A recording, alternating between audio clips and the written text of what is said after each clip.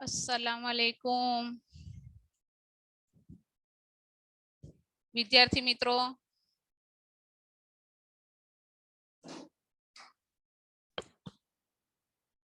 सामाजिक विज्ञान में पाठ 3 प्राचीन नगरो अने ग्रंथो एनो चौथो भाग छे। चौथो भाग जोईए आज आपणे। विद्यार्थी मित्रों, गई काले आपणे जोयुं हड़प्पीय सभ्यतानुं आर्थिक जीवन, त्यार पछी आपणे जोयुं हड़प्पीय सभ्यतानुं समाज जीवन, ए पछी आपणे जोयुं धार्मिक जीवन अने अंतिम विधि। हड़प्पीय सभ्यताना जे लोको छे एनुं धार्मिक जीवन अने अंतिम विधि आपणे जोई के एमनुं धार्मिक जीवन केवुं हतुं अने ए लोको अंतिम विधि केवी करता। माणसनुं मृत्यु थाय, व्यक्तिनुं मृत्यु थाय पछी ए लोको कई रीतेनी प्रोसेस करता। हवे आजे आपणे जोईशुं बेटा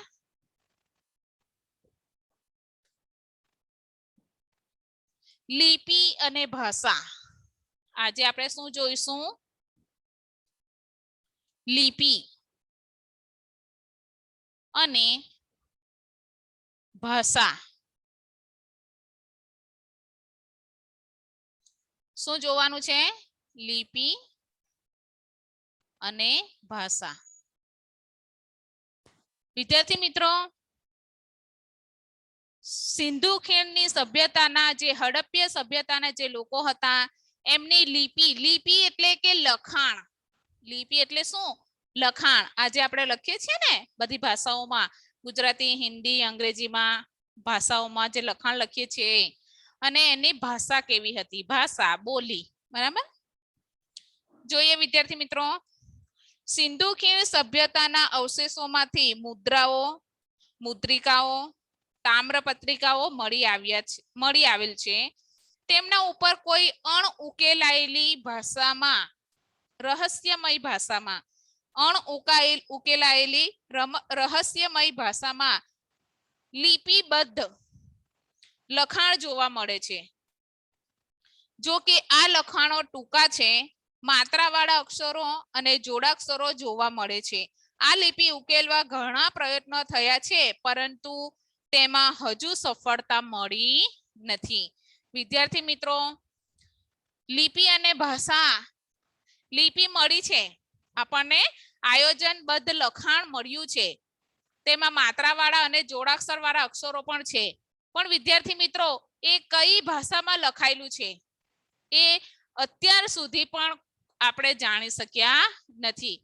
એની ઉપર સંશોધનો કરવામાં આવે છે, રિસર્ચો કરવામાં આવે છે, એ ભાષાને ઓળખવા વાંચવાનો પ્રયત્ન આજે ઘણા વર્ષોથી કરવામાં આવે છે, તે છતાં પણ આજ દિન સુધી એને આપણે સમજી શક્યા નથી કે કઈ ભાષામાં, કઈ લિપિમાં, કયા લખાણમાં એ લખાયું છે।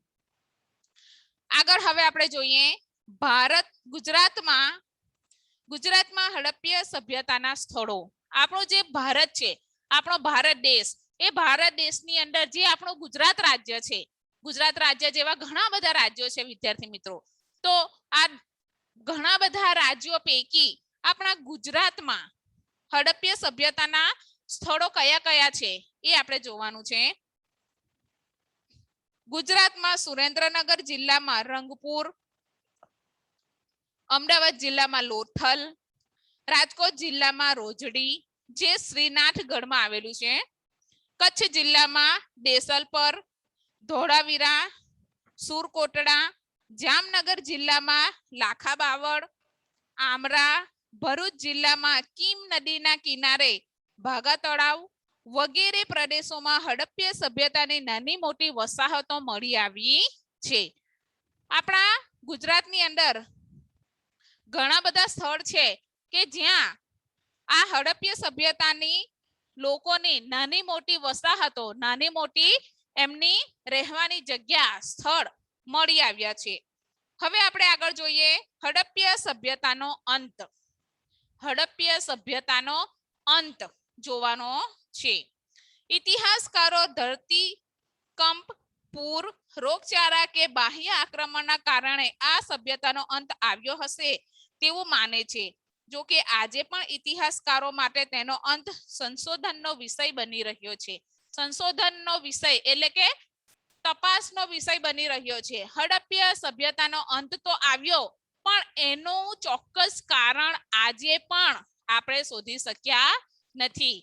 હડપ્પા સભ્યતા આટલી બધી વિકસિત હતી, આટલું બધું એમનું સંસ્કૃતિ હતું, આટલો બધો એમનો વારસો હતો, પણ આખરે એ સભ્યતાનો અંત કઈ રીતે આવ્યો, કયા કારણે? કોઈ કુદરતી કારણ હતું, કોઈ માનવ સર્જિત કારણ હતું, પૂર, ભૂકંપ, ધરતીકંપ, જ્વાળામુખી ફાટ્યો, યા કોઈ બાહ્ય આક્રમણ ના કારણે એનો અંત થયો, એ હજુ પણ ચોક્કસ આપણે જાણી શક્યા નથી. હવે આગળ આપણે જોઈશું બેટા આપણા પ્રાચીન ગ્રંથો. વિદ્યાર્થી મિત્રો, આપણો જે પાઠ છે એમાં આપણે બે વસ્તુ ભણવાની છે. કેટલી વસ્તુ ભણવાની છે? બે. પ્રાચીન નગરો એટલે કે જૂના સ્થળો અને ગ્રંથો. તો અત્યાર સુધી આપણે નગરો વિશેની માહિતી મેળવી અને હવે આપણે જોવાનું છે આપણા પાઠનો બીજો મેઇન મુદ્દો, ગ્રંથો. શું જોવાનું છે? ગ્રંથો. તો અહીંયા હું પોઈન્ટ નોટ કરીશ.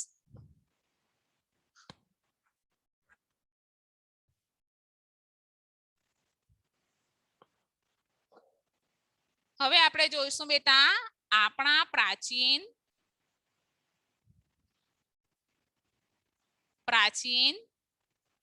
ગ્રંથો.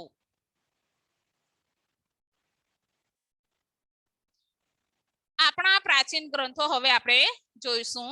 ઋગ્વેદ અને તેનું અધ્યયન. પ્રાચીન ગ્રંથોની અંદર ખાસ કરીને આપણે જોવાનું છે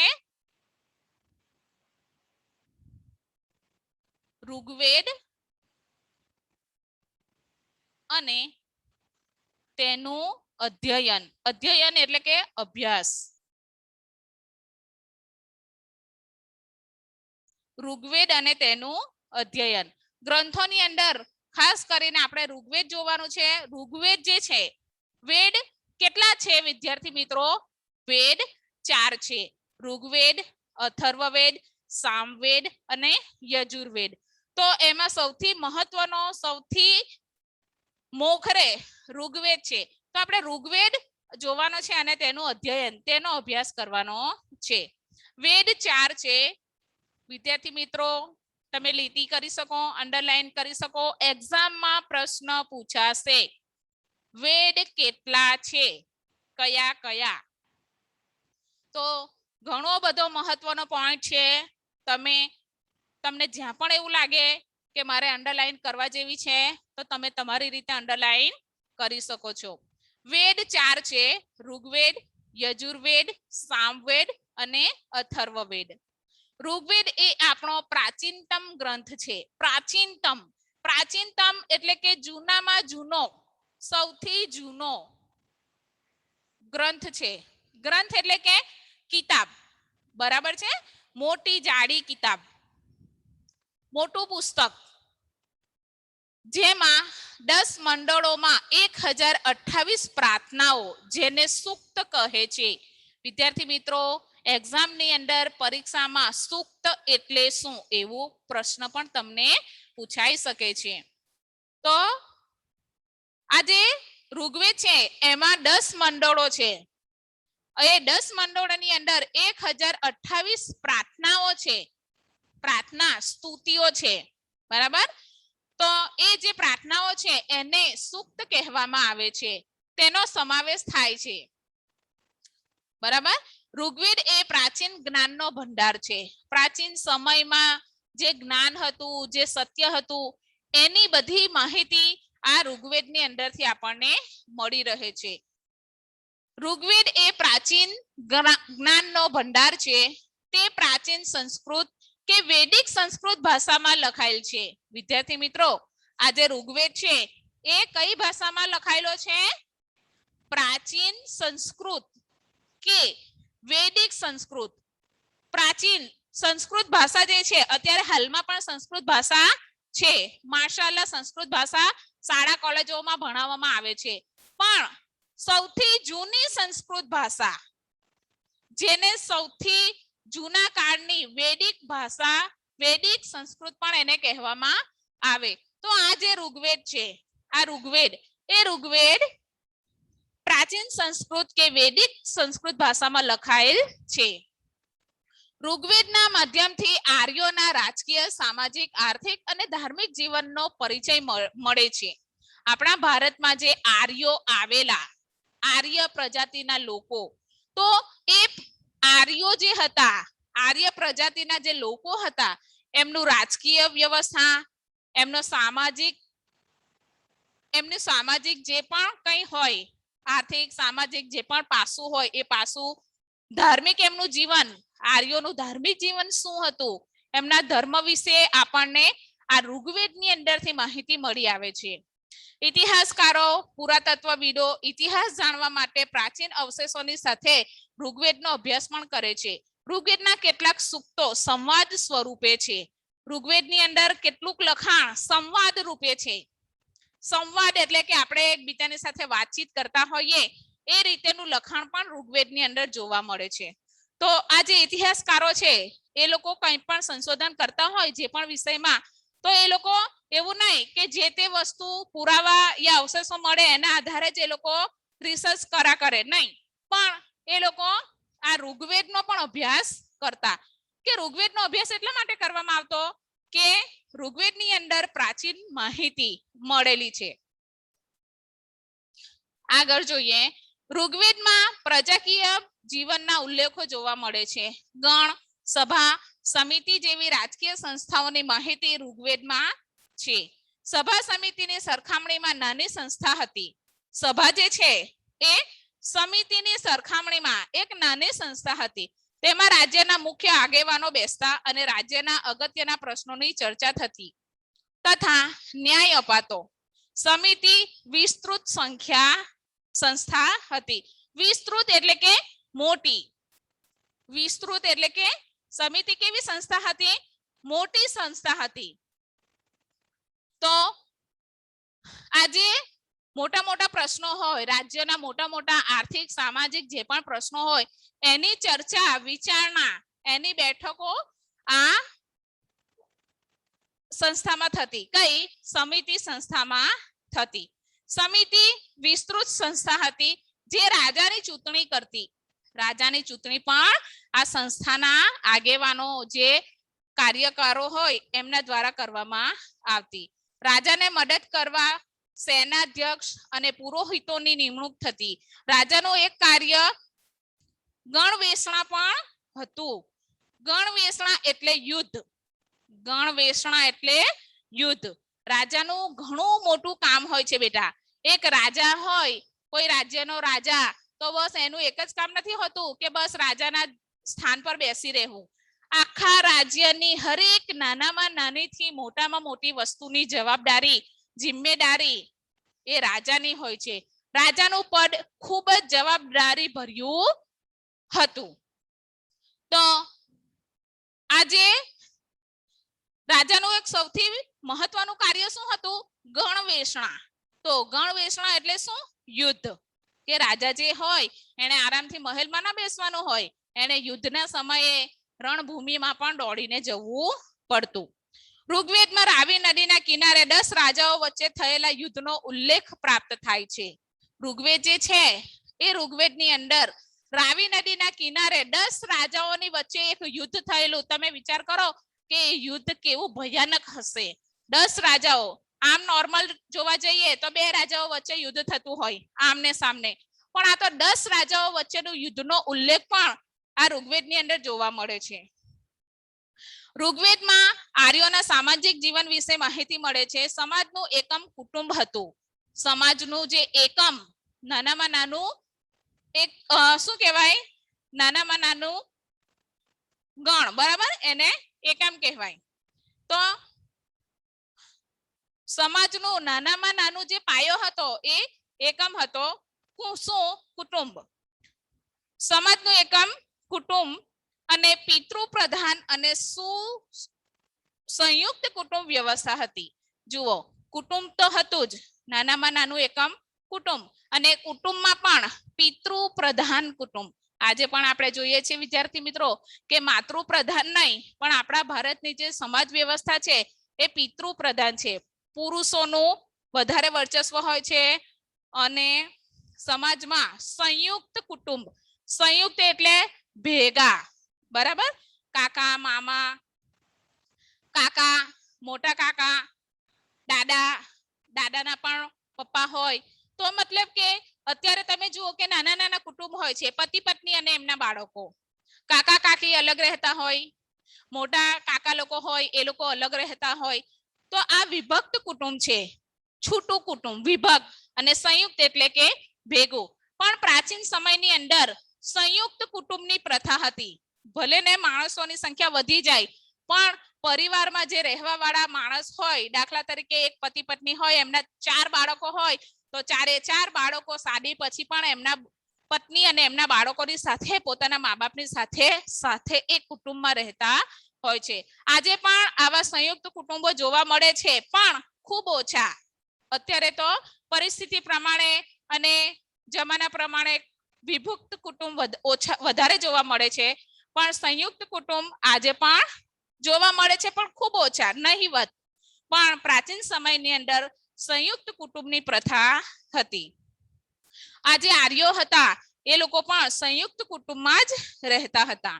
સમાજ વર્ણ અને જ્ઞાતિઓમાં વહેંચાયેલો ન હતો, એટલે સમાજમાં સૌ સમાન હતા. કોઈ ઊંચ નીચના ભેદભાવ ન હતા. સ્ત્રીઓનું સમાજમાં ઊંચું સ્થાન તથા સ્ત્રી સ્વતંત્ર હતું અને સ્ત્રીઓને સહધર્મચારિણી ગણવામાં આવતી. યજ્ઞમાં તેમની હાજરી આવશ્યક ગણાતી. તે પણ અભ્યાસ કરી શકતી. તેમાં અપાલા, લોપામુદ્રા, ઘોષા જેવી વિદુષી સ્ત્રીઓએ તો ઋગ્વેદની ઋચાઓ પણ રચી છે. કન્યા પુખ્ત ઉંમરની થાય ત્યારે જ લગ્ન થતા. આ જે માહિતી છે ઋગ્વેદની અંદર, એ આર્ય સમાજની માહિતી છે બેટા. તો આર્યનું સમાજ જીવન કેવું હતું? તો ખૂબ સારી એવી વ્યવસ્થા હતી એમના સમાજની અંદર. આપણે જોઈ શકીએ છીએ કે સ્ત્રી સ્વતંત્ર, અત્યારે પણ સ્ત્રી લેડીઝ સ્વતંત્ર છે, ભણી શકે છે, કામ ધંધો કરી શકે છે, હુનર શીખી શકે છે, એના ઉપર કોઈ વધારે પડતી રોકટોક નથી. તો આર્યોના સમાજમાં પણ સ્ત્રી સ્વતંત્ર હતું. સ્ત્રીઓ શિક્ષણ મેળવી શકતી હતી. સ્ત્રીઓ યજ્ઞ જેવો યજ્ઞ હોય, મોટી પૂજા પાઠ હોય, તેમાં પણ સ્ત્રીઓની હાજરી આવશ્યક ગણવામાં આવતી. એટલે કે સારો એવો માહોલ હતો. ઋગ્વેદમાં પ્રકૃતિની પૂજાના ઉલ્લેખો જોવા મળે છે. ઇન્દ્ર, વરુણ, અગ્નિ, સૂર્ય વગેરેની પૂજાના ઉલ્લેખો જોવા મળે છે. સવારની દેવી ઉષા અને સાંજની દેવી અદિતિનો ઉલ્લેખ જોવા મળે છે ઋગ્વેદની અંદર. હિન્દુ ધર્મમાં જુઓ તમે કે એ લોકો જે છે એ પ્રકૃતિની પૂજા કરતા હતા. પ્રકૃતિની, કુદરતની પૂજા એ લોકો કરતા. એમના જે દેવતાઓ છે, એમના જે ભગવાન ઇન્દ્ર, વરુણ, એ લોકો અગ્નિને પણ ઇજ્જત આપતા અને એની પૂજા કરતા. વરુણ, સૂર્ય વગેરેની એ લોકો પૂજા કરતા. અને સવાર થાય, સવાર પડે તો સવારની દેવી કોને ગણવામાં આવતી? ઉષાને. અને સાંજની દેવી અદિતિ. તો એ રીતે એ લોકોની પૂજા અર્ચના નું મહત્વ હતું. ઋગ્વેદમાં ગાય, ઘોડાની અને બળદની ચર્ચા ઘણી જગ્યાએ થઈ છે. ઋગ્વેદ છે તો એ ઋગ્વેદની અંદર ઘણી બધી જગ્યાએ ગાયની ચર્ચા છે, ઘોડાની ચર્ચા છે, બળદની ચર્ચા છે.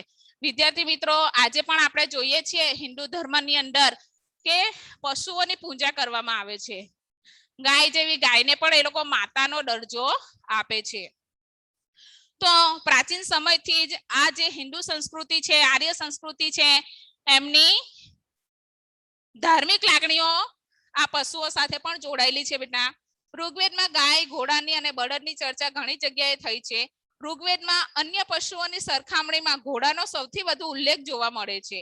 શામાં? ઋગ્વેદની અંદર ઘોડાનો વધારે પડતો ઉલ્લેખ જોવા મળે છે, જે તેમના જીવનમાં પશુપાલનનું મહત્વ સૂચવે છે. પશુઓ માટે યુદ્ધ કરવું એ કબીલાઈ જીવન જીવતા લોકો માટે સામાન્ય હતું. કબીલામાં જે લોકો જીવન જીવતા હતા પ્રાચીન સમયની અંદર, તો એ લોકો પોતપોતાના કબીલાના જે પશુઓ હોય એની હરીફાઈ રાખે, ફાઇટ રાખે, યુદ્ધ રાખે. તો આ જે પ્રવૃત્તિ હતી એ સામાન્ય હતી. સંપત્તિ મુખ્યત્વે પશુઓની સંખ્યા પર આધારિત હતી. પહેલાના સમયમાં લોકો શું કરતા? ખેતી અને પશુપાલન. હવે પૈસાવાળો માલદાર વ્યક્તિ કોને ગણવામાં આવતો કે જેની પાસે પશુઓની સંખ્યા વધારે હોય, જેની પાસે ગાયો બળદ ઘોડા વધારે હોય, હાથી વધારે હોય, તો તે પ્રાચીન સમયમાં પૈસાવાળો માલદાર સંપત્તિવાન વ્યક્તિ ગણાતો. પશુપાલન સામૂહિક રીતે થતું અને ઋગ્વેદ કાલીન અર્થવ્યવસ્થાના પ્રારંભિક ચરણમાં કૃષિ ગૌણ હતી. જ્યારે ઋગ્વેદ કાલીન ઋગ્વેદનો જમાનો હતો, જ્યારે ઋગ્વેદ લખાયું યા એ જે સમય છે, તો એ સમયની અર્થવ્યવસ્થાના પ્રારંભિક ચરણમાં એટલે કે પ્રારંભના સમયમાં કૃષિ જે છે ખેતી એ ગૌણ હતી. પહેલા નંબર પર શું? પશુપાલન, કે જેની પાસે સૌથી વધારે પશુ એ સૌથી વધારે સંપત્તિ વાળો માણસ ગણાતો. અને પછી બીજા નંબર પર આવતી ખેતી, કે પશુ પછી જેની પાસે ખેતી વધારે હોય, જમીન વધારે હોય, તો તેનું સમાજમાં સ્થાન વધારે પડતું ગણવામાં આવતું. વિદ્યાર્થી મિત્રો, અહીં આપણો આ ત્રીજો પાઠ પૂરો થાય છે. બેટા આટલું જાણો. સૂક્તનો અર્થ છે સારી રીતે કહેવાયેલું. આપણે જોયું વિદ્યાર્થી મિત્રો કે ઋગ્વેદની અંદર 10 મંડળોમાં 1028 પ્રાર્થનાઓ છે જેને સૂક્ત કહેવામાં આવે છે. તો સૂક્ત એટલે શું? અહીં આપણે બોર્ડ પર લખીશું. સૂક્ત એટલે સારી રીતે